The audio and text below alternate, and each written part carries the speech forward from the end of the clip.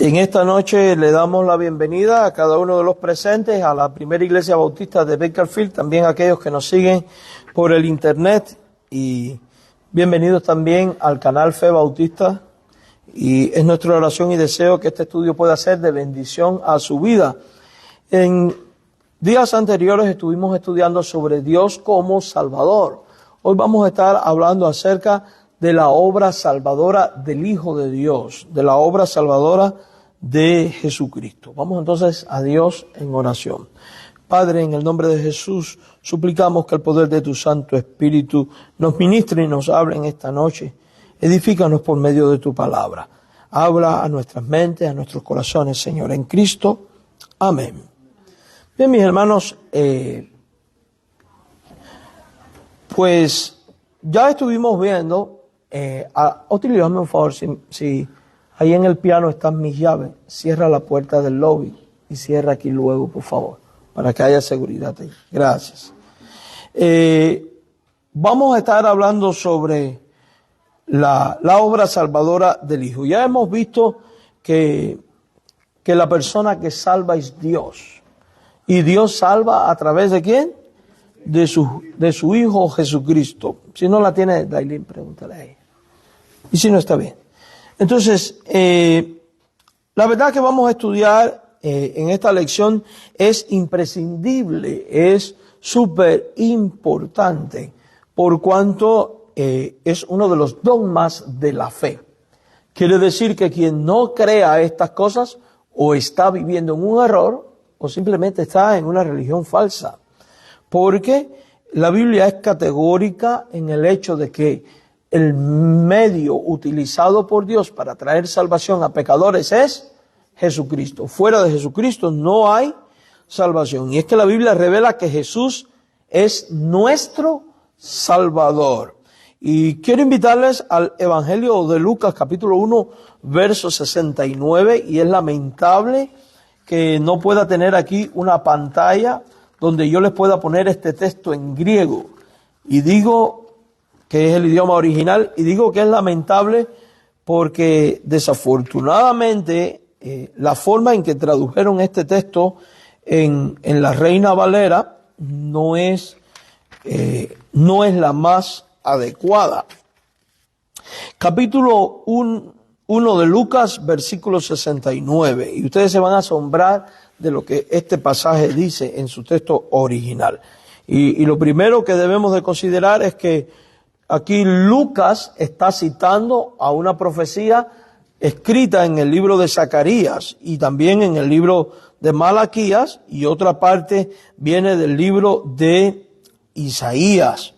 Pero específicamente este texto que vamos a estar leyendo viene de Malaquías.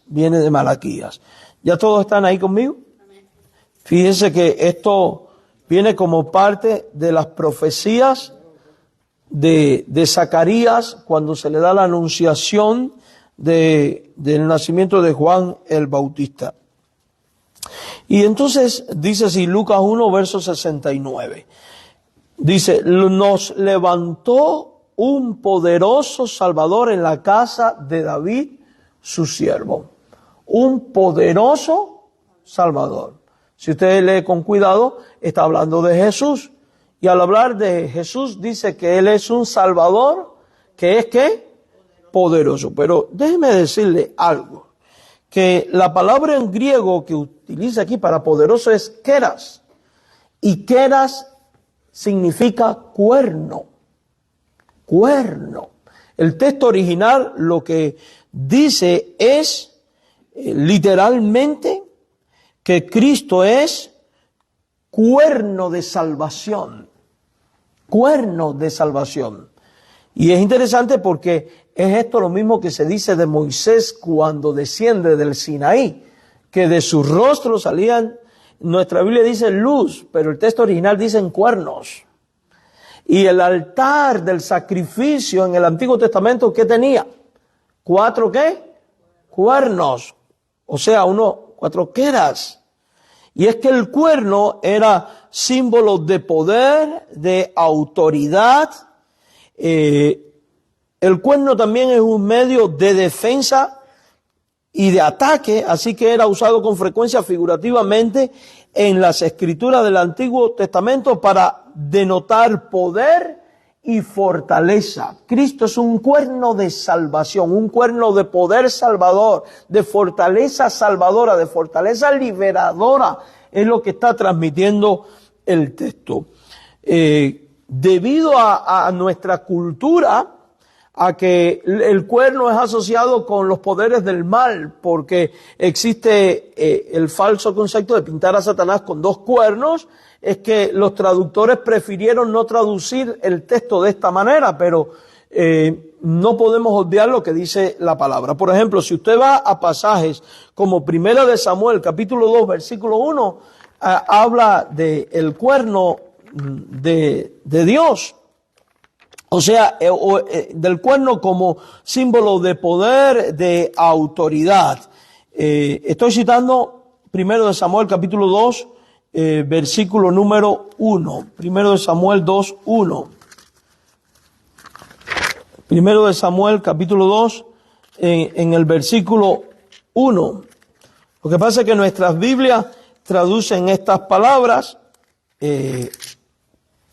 Dice, Ana oró y dijo, mi corazón se regocijó en Jehová.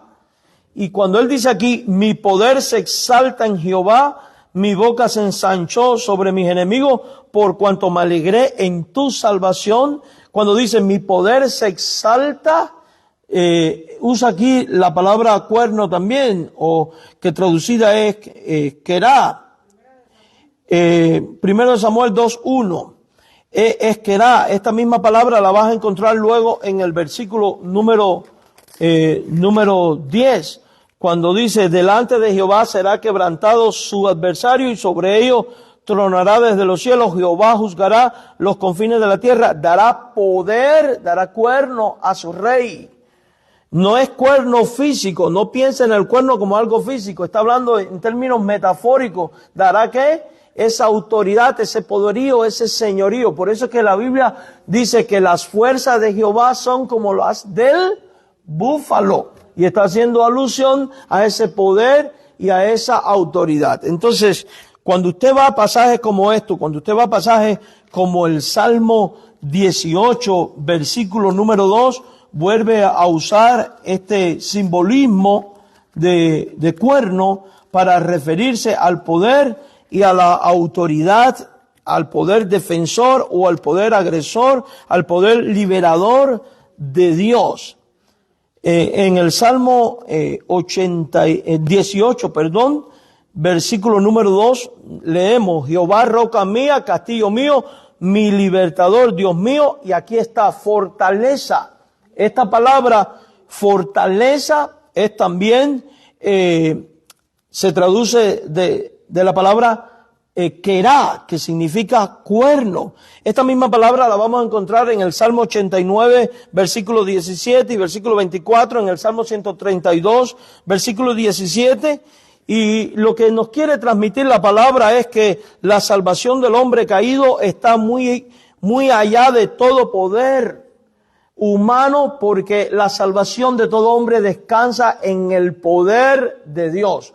Por eso, por ejemplo, en las leyes del Antiguo Testamento estaba prescrito que cuando alguien buscaba amparo y salvación, podía entrar al lugar santo y agarrarse ¿de qué?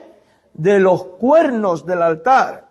O sea, del poder de Dios, de la autoridad de Dios, porque es imprescindible. Entonces, esta palabra significa poder, autoridad. Y aplicada ahora en el libro de Lucas, capítulo 1, verso 69, a Jesús está diciendo que Él es un poderoso Salvador. Él es un Salvador poderoso. Entonces, definitivamente Jesús tiene poder para salvar. Cristo como Dios posee más que las fuerzas necesarias para ganar y preservar nuestras vidas en un estado de salvación. Entonces, la palabra queras también apunta a la seguridad de la salvación que viene por medio de Jesucristo nuestro Señor. Ahora, la Biblia habla de Jesús también como el Salvador del mundo. Si usted va al Evangelio de Juan, en el capítulo número 4, en el versículo 42,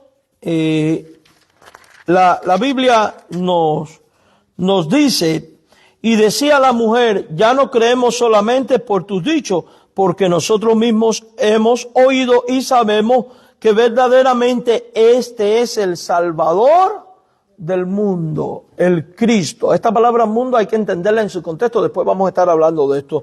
Pero por ahora lo que nos interesa ver es que Cristo es presentado como el Salvador. Por eso cuando predicamos el Evangelio decimos que para obtener la salvación de Dios es imprescindible creer en la persona y en la obra de Cristo como Salvador. Para ser salvo, esto es indispensable.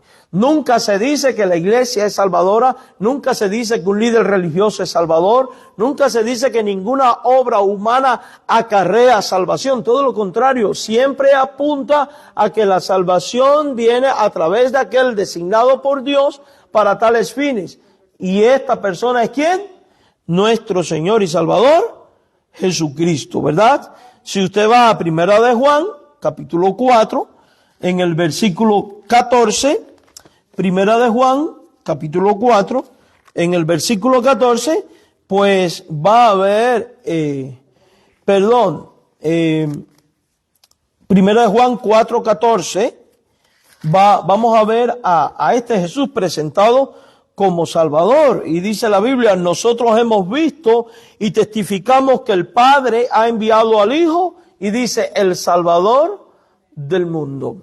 El Padre ha enviado al Hijo, está hablando de ese pacto de redención que ocurrió antes de que el mundo existiera en el seno de la Trinidad, donde el Hijo voluntariamente y por placer propio acepta asumir su rol de mediador y de Salvador. Entonces, la obra salvadora de Cristo no está confinada a un solo grupo étnico o área geográfica, sino que es global en su eficacia, porque está destinada a ser para familias de todas las tribus de la tierra en cumplimiento al pacto hecho con Abraham. Y esto es importante porque algunos piensan que Dios salva de una manera a judíos y de una manera diferente a gentiles, y esto es un error catastrófico.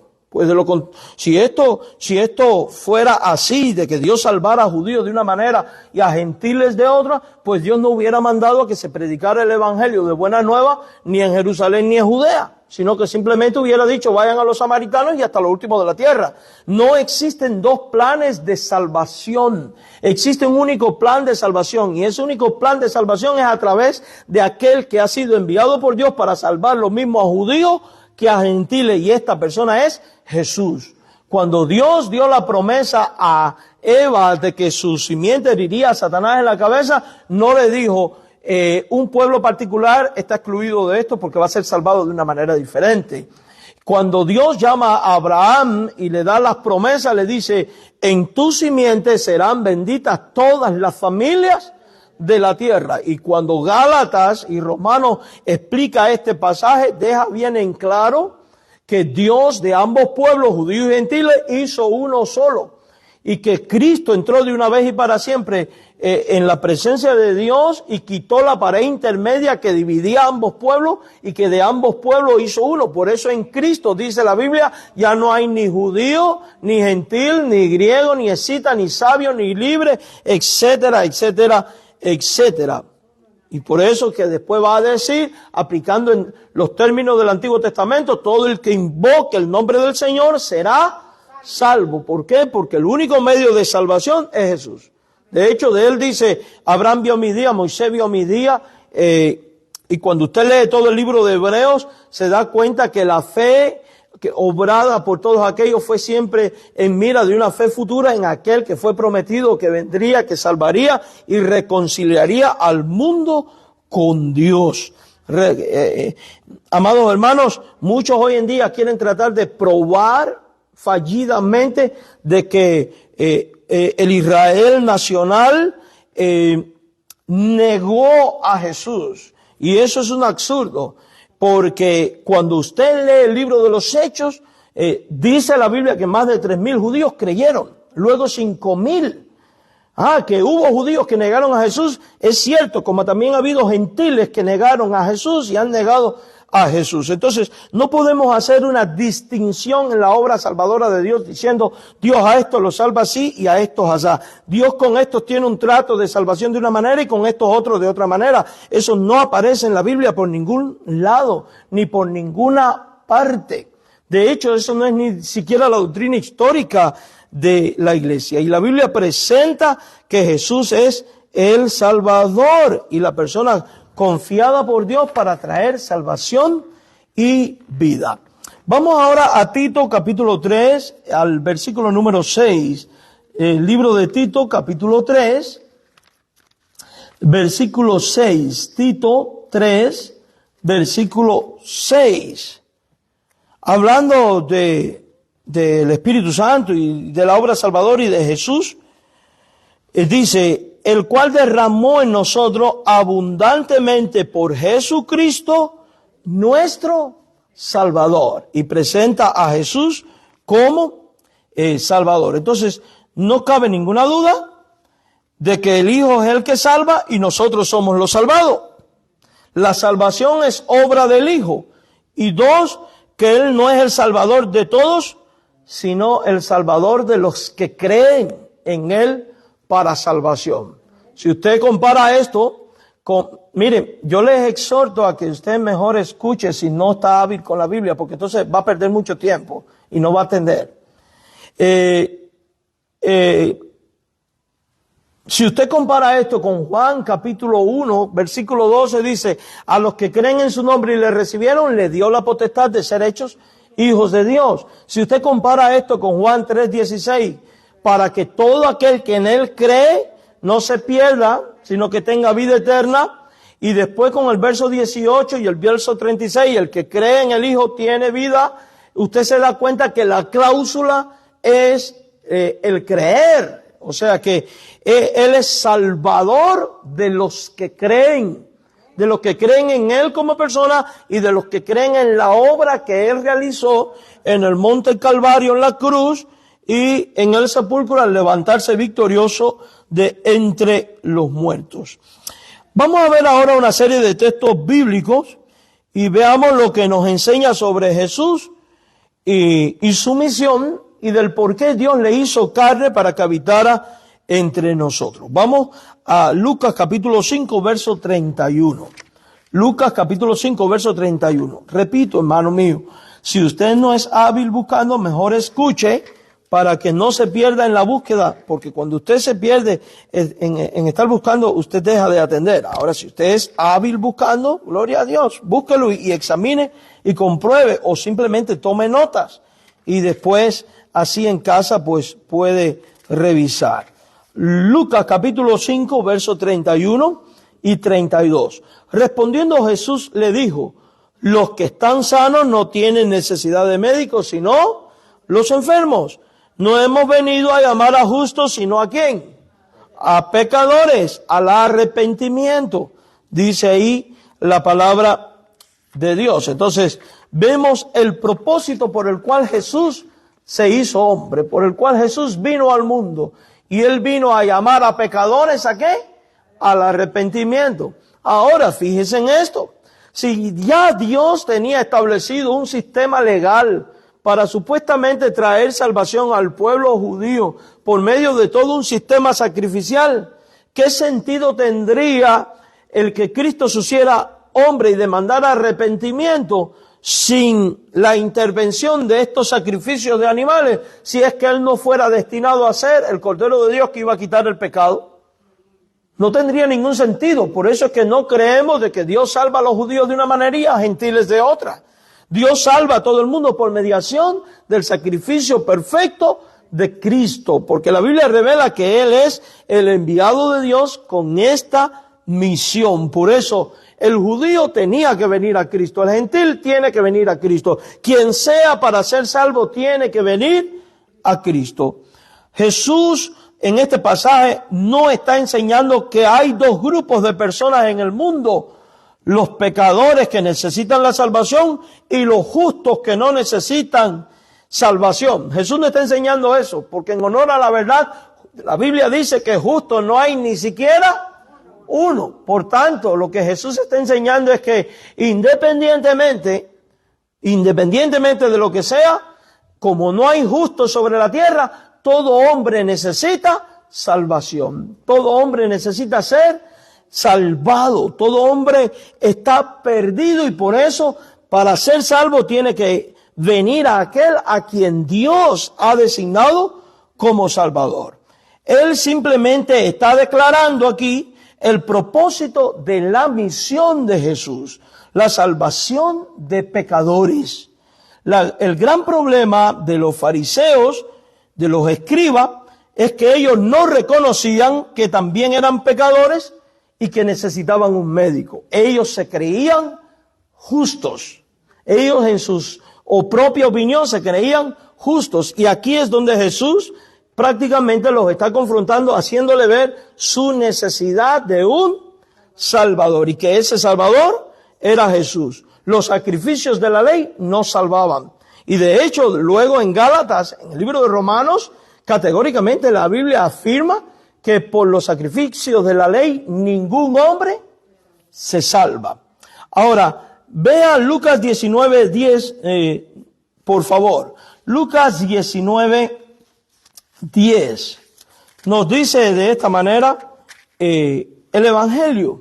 Porque el Hijo del Hombre vino a buscar y a salvar a lo que se había perdido. Esa es la razón por la cual Jesús vino.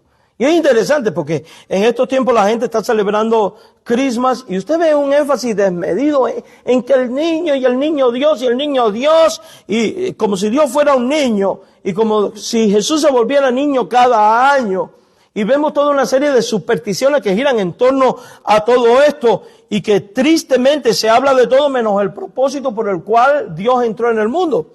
Y Lucas 19, Dios dice que Él vino a buscar al perdido y Él vino a salvar al perdido, independientemente de quién sea este perdido. Y digo esto porque cuando luego usted ve el ministerio de Cristo en acción, Él no tiene ningún problema en predicar a sus coterráneos los judíos, pero tampoco tiene problema en predicar a una samaritana.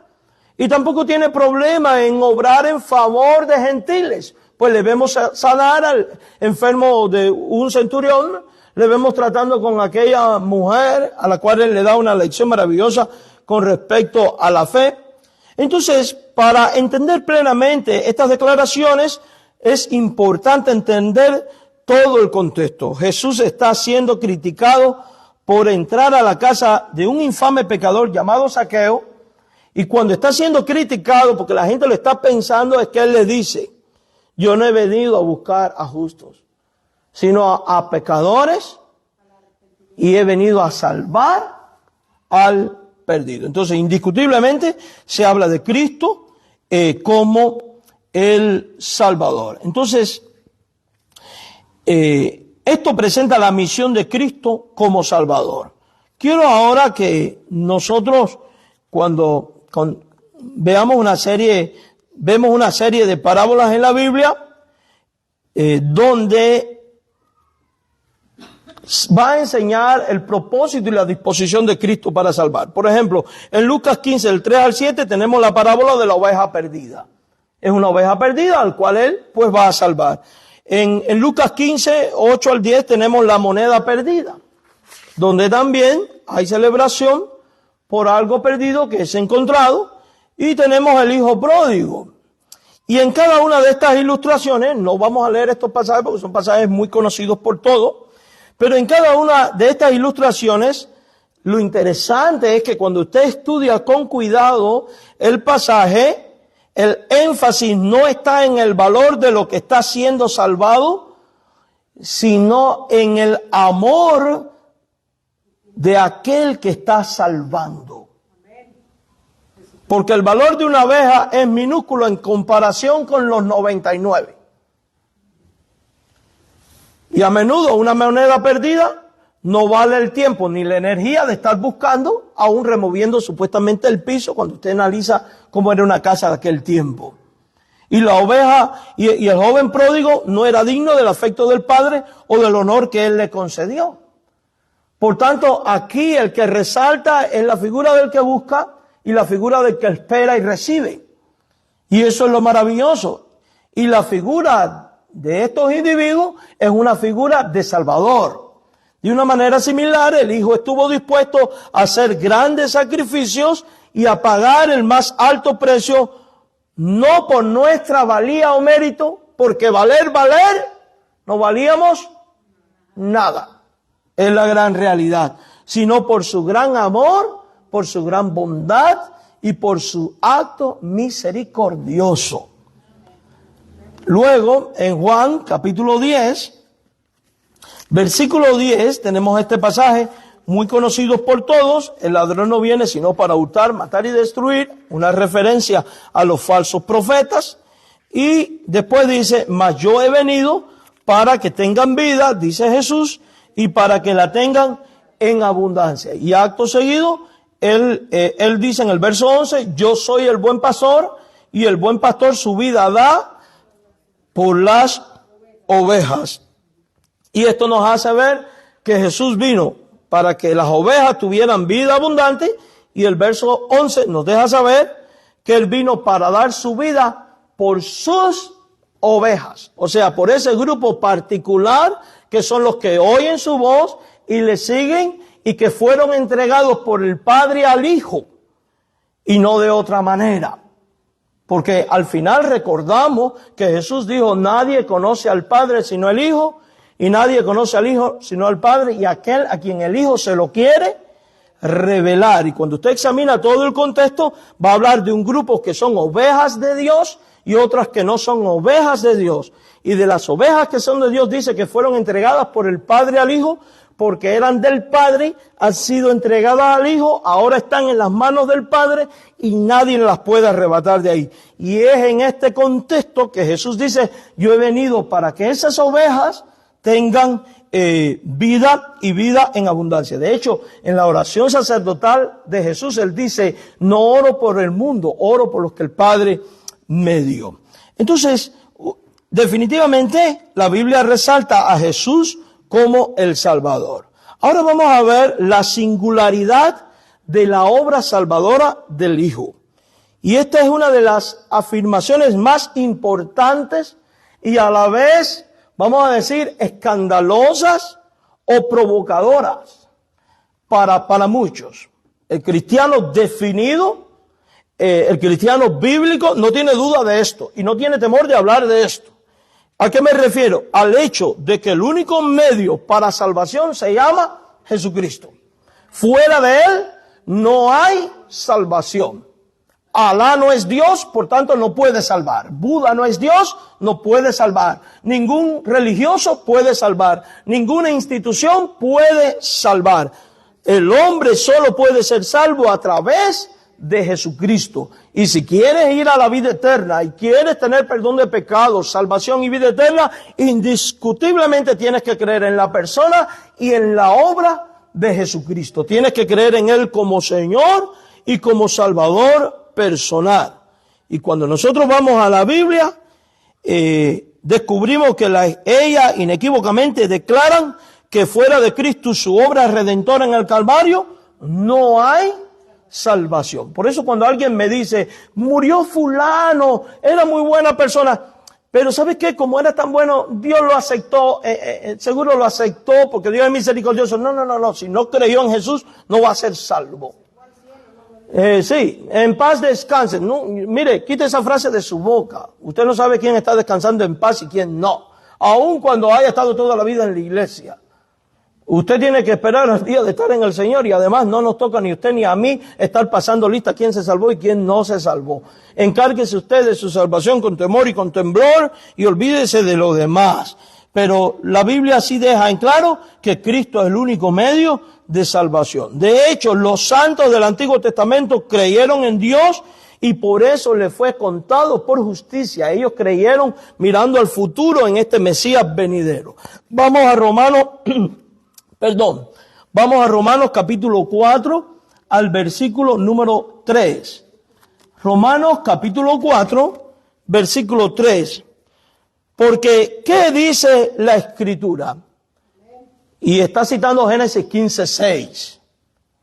Y cuando Pablo aquí cita la Escritura, no está citando ni Apocalipsis, ni Filipenses, ni Colosenses, porque ni Mateo, ni nada de esto, porque esta Escritura no existía en este tiempo. Está citando el Antiguo Testamento. ¿Y qué es lo que dice el apóstol Pablo aquí en Romanos 4:3? ¿Qué dice la Escritura? Creyó Abraham a Dios y le fue contado por justicia. Y luego cuando usted va a Gálatas 3:6, va a haber una repetición de esto. De hecho, vamos a este pasaje en este momento. Gálatas capítulo 3, en el versículo número 6, después de 2 de los Corintios. Gálatas capítulo 3, en el versículo 6. Dice, así Abraham creyó a Dios y le fue contado por justicia. Sin embargo, tal perdón puede ser concedido y acreditado a tal justicia solo porque un día Cristo vendría y haría propiciación por sus pecados. Los santos del Nuevo Testamento y todos los que han creído después de ellos son salvos de la misma manera, por la fe en el Mesías de Dios, por medio de la muerte propiciatoria de Cristo y la fe en la promesa de que cualquiera que cree en Él no se perderá, sino que tendrá la vida eterna. De tal manera amó Dios al mundo que dio a su Hijo unigénito para que todo aquel que en Él cree, que dice, no se pierda, mas tenga la vida eterna. Ahora vamos por un instante a Hechos 5:31 y vamos a ver cuál es el medio señalado por Dios por los cuales el hombre puede ser salvo. Hechos 5:31 y veamos que este medio es el prescrito por Dios. Hechos 5:31 y nos dice ahí la Biblia, Hechos 5:31. Dice así, a Dios ha exaltado, recuerden si usted lee el contexto, viene hablando de Jesucristo, a Dios ha exaltado con su diestra por príncipe y salvador, para dar a Israel arrepentimiento y ¿qué más? Y perdón de pecados. Entonces, los medios señalados por Dios es el arrepentimiento para con Dios y la fe para con Jesús como Salvador. Estos dos, arrepentimiento y fe, no pueden quitar la culpa del pecado a menos que las demandas de la justicia de Dios contra el pecador sea satisfecha. Dios puede conceder el perdón de los pecados a aquellos que se arrepienten y creen solo porque Cristo ha hecho propiciación por sus pecados en el Calvario. Y así que solo podemos ser salvos por medio de la persona y la obra de Jesucristo. Por eso fuera de Cristo no hay salvación. Fuera de la persona de Jesús no hay salvación. Vamos ahora a 1 Tesalonicenses 5:9. 1 Tesalonicenses capítulo 5 versículo 9. 1 Tesalonicenses capítulo 5 verso 9. Y note cómo Pablo usa la primera persona del plural, hablando en términos de los creyentes. Pero nosotros que somos del día, el 9, porque no nos ha puesto Dios para ira, sino para alcanzar salvación. Y ahora preste atención porque dice, por medio de nuestro Señor Jesucristo. Y nos hace ver que la única manera de librarse de la ira, y cuando habla de la ira, no es otra cosa que el infierno, es por medio de la fe ¿en quién? En Jesús. Si usted va a Juan capítulo 3, versículo 36, la Biblia dice que el que no cree en el Hijo está bajo la ira de Dios. Y ahora, comparando con este pasaje, usted puede darse cuenta que uno solo se puede librar de la ira de Dios creyendo en el Cristo como Salvador. Cristo es la persona puesta o fijada por Dios para alcanzar salvación. ¿Y por qué digo la persona fijada por Dios? Porque la palabra tiemei, que traduce la frase ha sido puesta, tiemei, significa situar, fijar, anclar, poner. O sea, Cristo es el medio puesto por Dios para salvación. Dios ha determinado que la salvación se encuentra en Cristo y su obra propiciatoria en la cruz. ¿Qué es una obra propiciatoria? Una obra que propicia y satisface la justicia de Dios y logra que Dios impute su justicia salvadora sobre el que cree en este sacrificio. Entonces los hombres pueden intentar ganar su salvación siguiendo muchos y diferentes métodos, pero Dios ha señalado un solo camino: la vida, muerte y resurrección de Cristo. Fuera de ahí no hay salvación. Eso de que Dios es Padre y la iglesia es Madre y fuera de la iglesia no hay salvación, eso es una mentira. Eso de que para ser salvos tiene que estar bajo la cobertura, amparo, filiación de un líder religioso, eso es una mentira, eso es una falsedad. Eso de que no importa al Dios que tú adores, lo importante es ser buena persona, etcétera, etcétera, también es una mentira. Solo se es salvo por la fe en Jesucristo y el arrepentimiento para con Dios. Dios ha determinado, Dios ha nombrado a su Hijo como Salvador, y es importante entender que este nombramiento pertenece exclusivamente a Jesús y solo a Jesús. Hay un sinnúmero de pasajes. Juan 14:6, Jesús dijo: yo soy el camino, la verdad y la vida. Nadie va al Padre si no es por mí.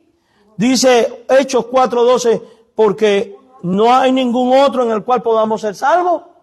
Y que dice 1 Timoteo 2:5, que Cristo es el único mediador entre Dios y los hombres. Y esta palabra mediador, mesites, denota un mediador o árbitro, alguien que reúne en paz o acuerdo mutuo a dos adversarios. Él es el único que puede hacer que la paz entre tu pecador que has ofendido a Dios y Dios venga a ser una realidad. Una realidad. Y 1 Juan 5:11-12 enseña que el testimonio de Dios es que la vida eterna solo está en su Hijo Jesucristo. Entonces, la Biblia inequívocamente declara que fuera de Cristo y su obra redentor no hay salvación. En Juan 3:18 aprendemos que solo creyendo en el Hijo hay salvación. La Biblia dice: el que cree en el Hijo tiene la vida eterna. Entonces, no nos cabe ninguna duda al respecto. Vamos a ver ahora la obra consumada del Hijo de Dios. Y vamos a ver que el Hijo se despojó a sí mismo voluntariamente para consumar el plan de Dios y traer salvación a aquellos que Él se propuso salvar desde la eternidad.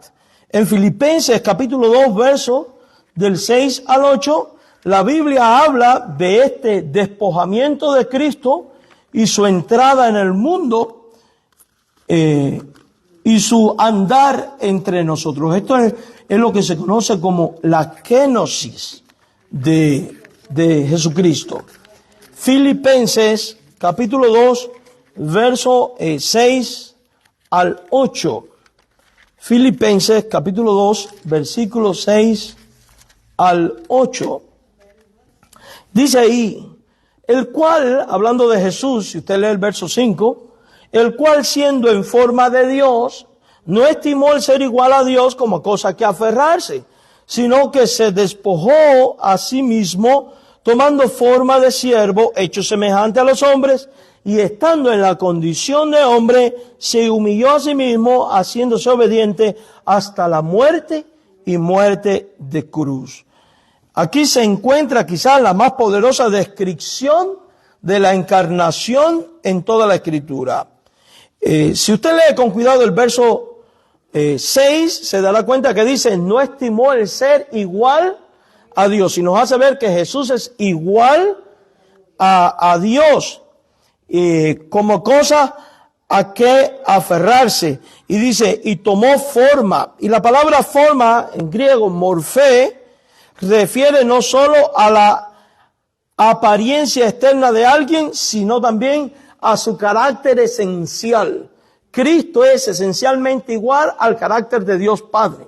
Recordemos que el concepto de Trinidad es que el Padre, el Hijo y el Espíritu Santo son iguales en esencia y ser, y distintos en su existencia. Entonces, está hablando de la encarnación del Hijo. Verso 7 dice, se despojó a sí mismo. Y la palabra despojarse, kenos, y viene la kenosis, significa vaciar, quitar. Él se autovacía y por sí mismo se vacía de toda la gloria celestial para hacerse semejante a nosotros a fin de poder expiar la culpa y el pecado.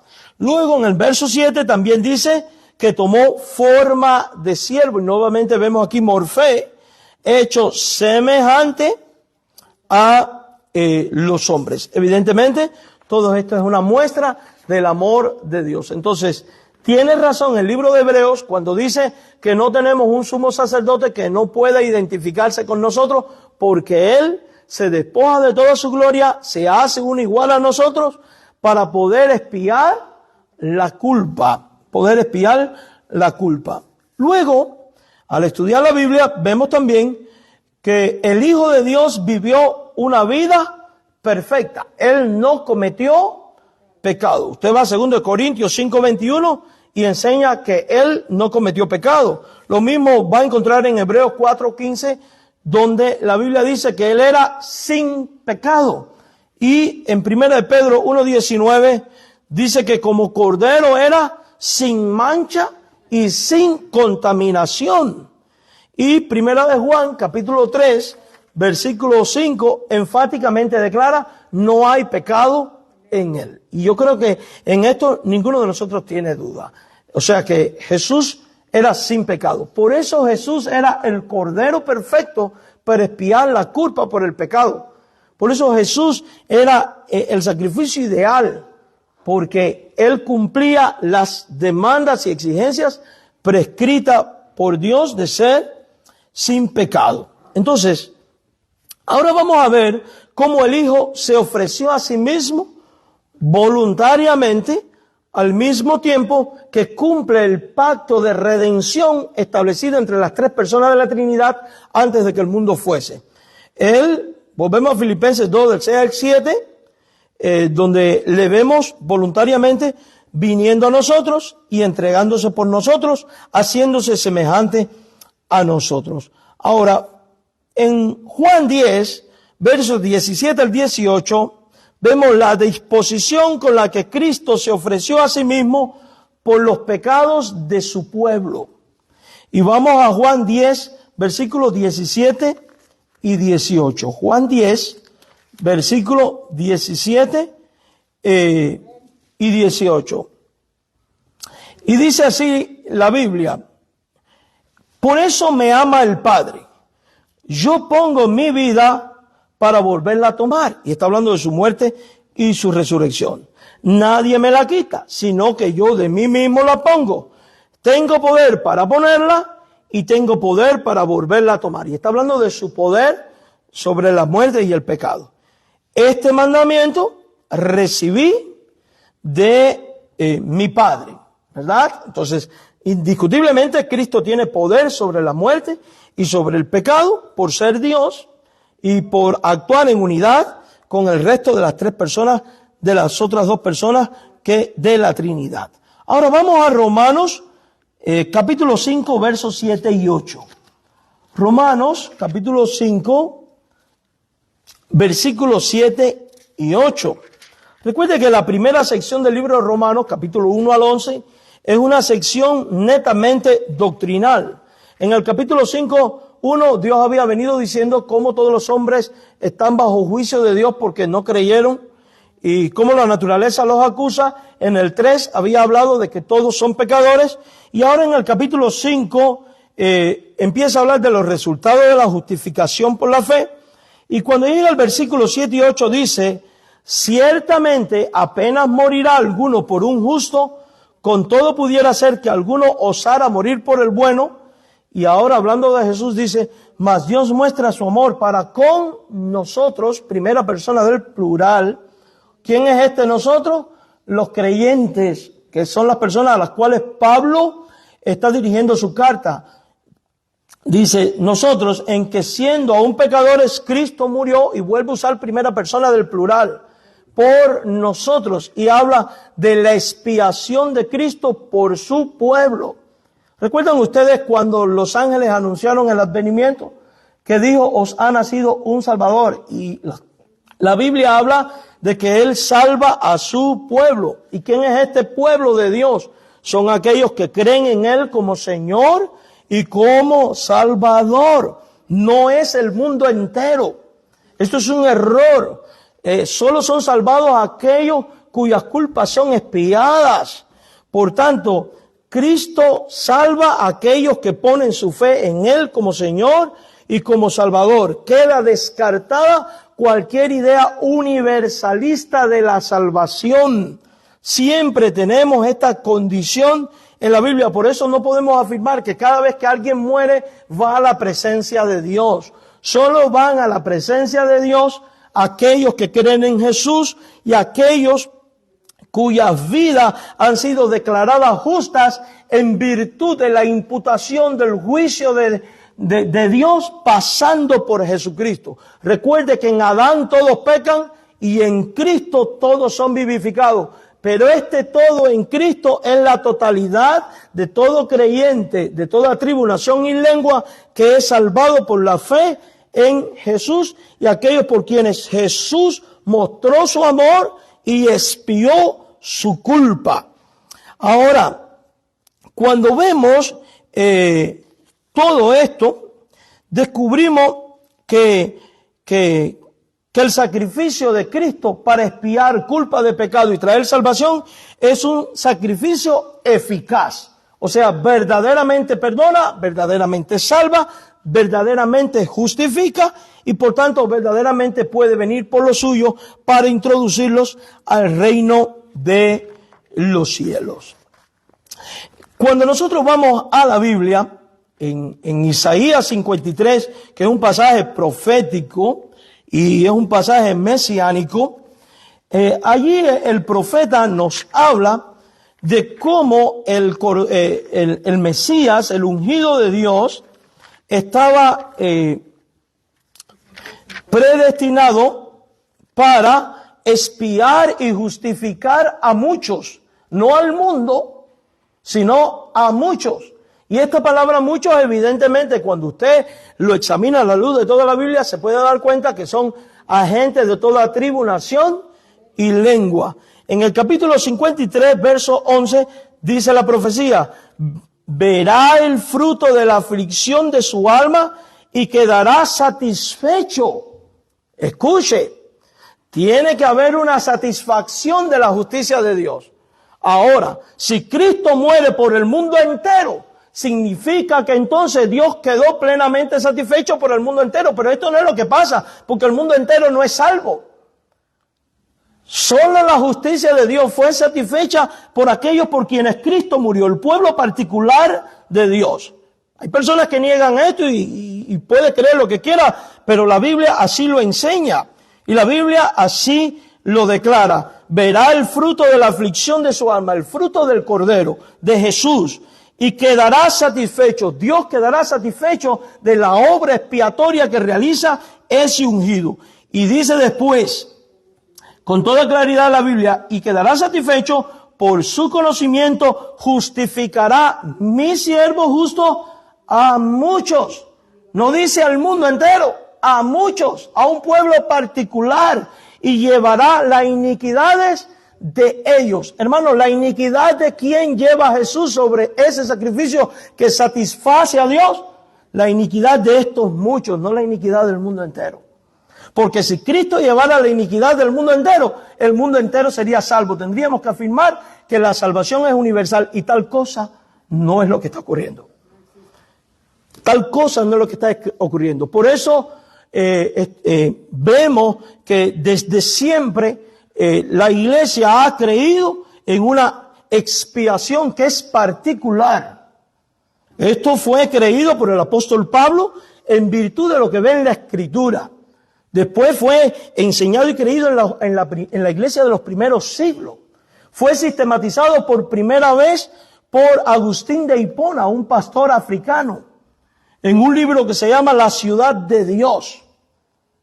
Desafortunadamente no fue hasta el año 1215 en el Cuarto Concilio de Letrán donde la iglesia se paganiza y abandona esta doctrina y adopta una doctrina que se llama pelagianismo, que después sufre una modificación conocida como semipelagianismo, que es lo que después en la Reforma Protestante retoma un teólogo que fue finalmente descartado, conocido como Jacobo Arminio, que enseña una postura semipelagiana, mostrando y queriendo hacer ver de que Cristo muere por la humanidad entera, pero que solamente condiciona la salvación a un cierto número particular de personas condicionado por una fe y un arrepentimiento. Lo que Jacobo Arminio no considera es que la fe es un don de Dios.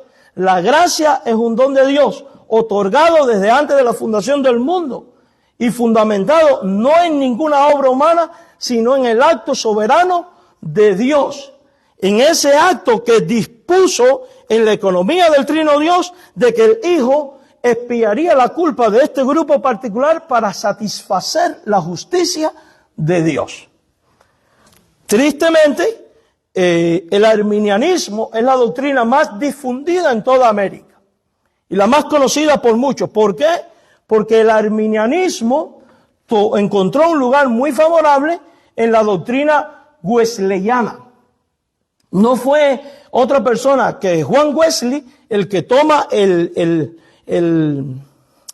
arminianismo y le hace una modificación. Y después empieza a enseñar que basado en el preconocimiento de Dios es que existe una elección, pero tal cosa no está en la Biblia. Y este grupo wesleyano, de ahí van a salir luego los movimientos pentecostales, los movimientos carismáticos, que causa su influencia aún dentro de los bautistas y hace que muchos bautistas abandonen la doctrina histórica de la expiación particular.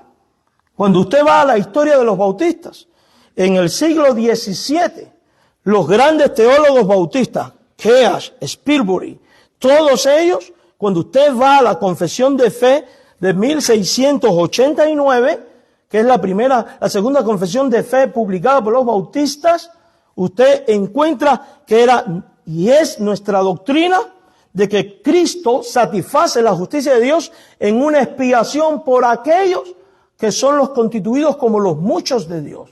¿Quiénes son estos muchos de Dios? Usted y yo no lo sabemos. Y como no lo sabemos, es que se predica el Evangelio a toda criatura. ¿Cómo sabemos que los muchos serán salvados? Porque los muchos serán convencidos por el Espíritu Santo, se arrepentirán y creerán en Jesús como Señor y Salvador. Ahora, déjeme explicar algo más. Cuidado con una falsa doctrina que existe en ciertos grupos denominados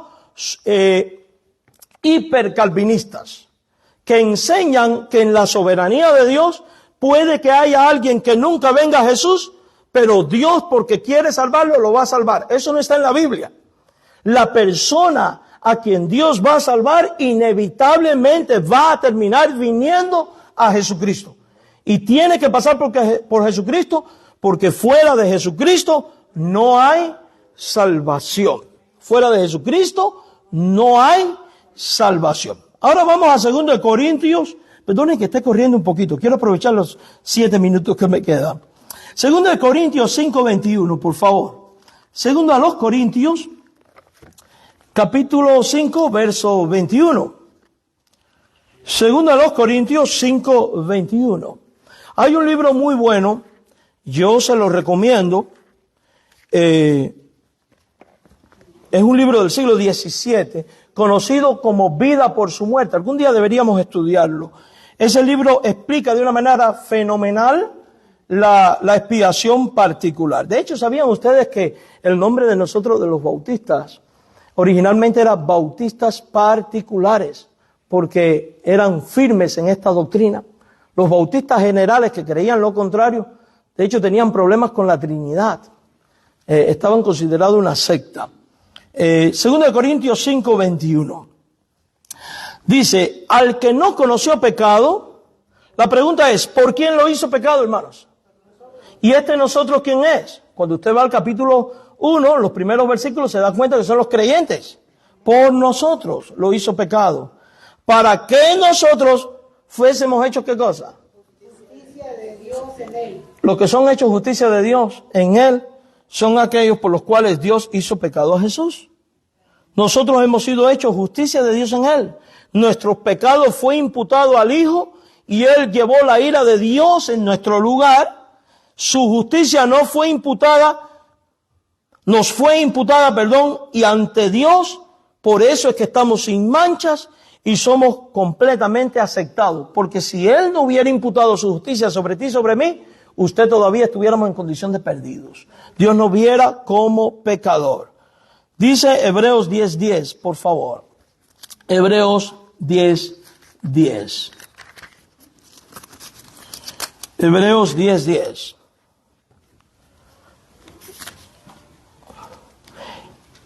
En esa voluntad somos santificados, somos, primera persona del plural. ¿Quiénes? Nosotros, los creyentes. Nunca dice esto de los incrédulos. Somos santificados mediante la ofrenda del cuerpo de Jesucristo, hecha una vez y para siempre. Fuimos, ¿quiénes? Nosotros, hechos justicia de Dios en él, decía 2 Corintios 5, y ahora dice, somos, ¿quiénes? Nosotros. ¿Qué somos? Santificados. ¿Mediante qué? Mediante la ofrenda del sacrificio. ¿Qué es lo que nos santifica? La ofrenda del sacrificio de Jesús. ¿A quién santifica? A este somos, a nosotros. La palabra santificados de agiazo significa hacer santo o consagrar. Por el sacrificio eficaz de Cristo, nosotros somos consagrados a Dios. Primera de Pedro 3:18, y creo que voy a poder terminar a tiempo. Primera de Pedro 3:18. Primera de Pedro 3:18.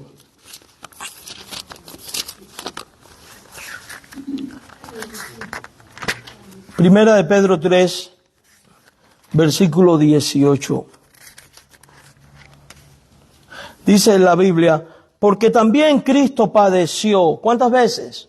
Una sola vez, por los pecados, el justo por los injustos, para, y nuevamente primera persona del plural, llevarnos. ¿A quién? ¿A quién? ¿A quién llevar? A nosotros, a los creyentes expatriados del Ponto, de Asia, Galacia, junto con los que escriben, siendo la verdad muerto en la carne, pero vivificado en espíritu. Y a la hora de uno interpretar la Biblia, uno tiene que tener en cuenta la gramática. Son elementos muy importantes. Entonces, esto es un tema mucho más amplio, por supuesto. Lo que nos interesa ver aquí es a Jesús como Salvador. En la semana entrante vamos a terminar esto porque me quedó todo un punto, que es la obra presente del Hijo como Salvador, que no es muy largo, donde vamos a ver que Él es el camino, verdad y vida, Él es el mediador y solo la salvación está por medio de Él. Por lo pronto, ¿qué es lo que hemos estado mirando? Que el que salva es Dios.